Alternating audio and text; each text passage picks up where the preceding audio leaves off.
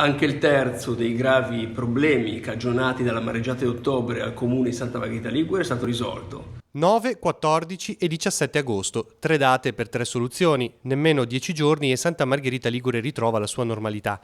Il primo passaggio riguarda l'approvazione del primo lotto del progetto definitivo di messa in sicurezza del porto, un documento passato prima in conferenza dei servizi, poi in giunta nei primi giorni di agosto.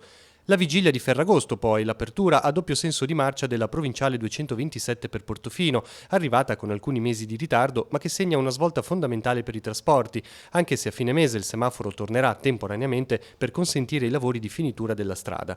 Ora, i Reti ha comunicato che anche il depuratore è tornato funzionante al 100%.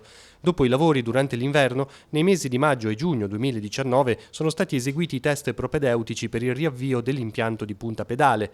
Nella prima metà di luglio è stato avviato il comparto biologico con la progressiva partenza di 2 delle 4 linee di membrane, attività che ha permesso di iniziare la fase a pieno ciclo a partire dal 15 luglio. Dopodiché sono proseguiti gli interventi per poter attivare tutte e 4 le linee di membrane e per la messa a regime di tutti i comparti del depuratore, lavori che si sono conclusi pochi giorni fa.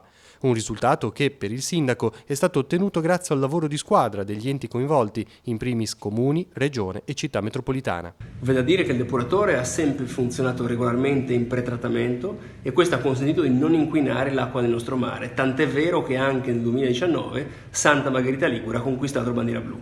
Ma adesso è stata ripristinata la totale funzionalità dell'impiantistica interna, quindi il depuratore è tornato come prima. Ci tengo a ringraziare il dottor Gnocchi e tutto il suo staff per l'impegno posto in maniera continuativa al fine di ottenere questo risultato.